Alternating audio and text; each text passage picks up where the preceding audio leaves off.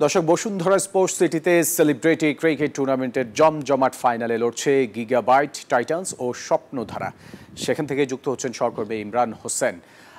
ইমরান, তারকারা কেমন খেলছেন ফাইনালে, কেমন উপভোগ করেছেন এবারের আসর?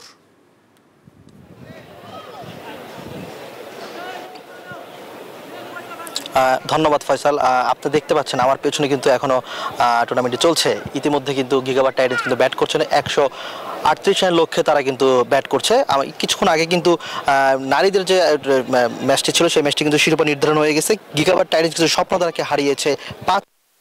বান্ডেল থাকলে প্রতি সেনমানিতে টাকা বাঁচবে।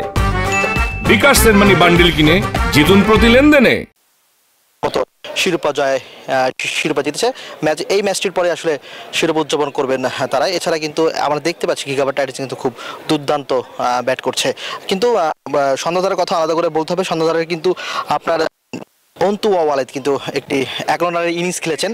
34 বলে তিনি 11 রানের ইনিংসটি খেলেছেন। এছাড়া জয় চৌধুরীর কথা বলতে হবে, তিনি 15 বলে 18 রানের একটি ইনিংস খেলেছেন। এখন দেখার বিষয় আসলে গিগাবাইট টাইটান্স এই ম্যাচটিতে কেমন করে। সব মিলিয়ে বলা যাচ্ছে যে গিগাবাইট টাইটান্স কিন্তু ব্যাপক তারকারা রয়েছেন এবং মেহেজাবিন চৌধুরী নারীদের হয়ে খেলেছেন। এছাড়া আপনার বলতে হবে আলাদা করে পার্থর কথা বলতে হবে, তিনি আসলে গিগাবাইট টাইটান্সে খেলছেন। তো সব মিলে খুব জমজমাটে লড়াই হচ্ছে। আমরা যারা মাঠে তো খেলছেন এবং পাশে কিন্তু মাঠের বাইরে কিন্তু গ্যালারিতে কিন্তু অনেক দর্শক আমরা দেখতে পাচ্ছি বসুন্ধরা স্পোর্টস সিটিতে। তো সব মিলে একটি জমজমাট লড়াই চলছে এবং সবাই বলছে বসুন্ধরা স্পোর্টস সিটিতে সুন্দর একটি আয়োজন করে সেলিব্রিটিরা আসলে খেলতে পারছেন, তো তারাও খুশি। তো আমার কাছে এই ছিল এখন পর্যন্ত বসুন্ধরা স্পোর্টস সিটি থেকে। ফয়সাল।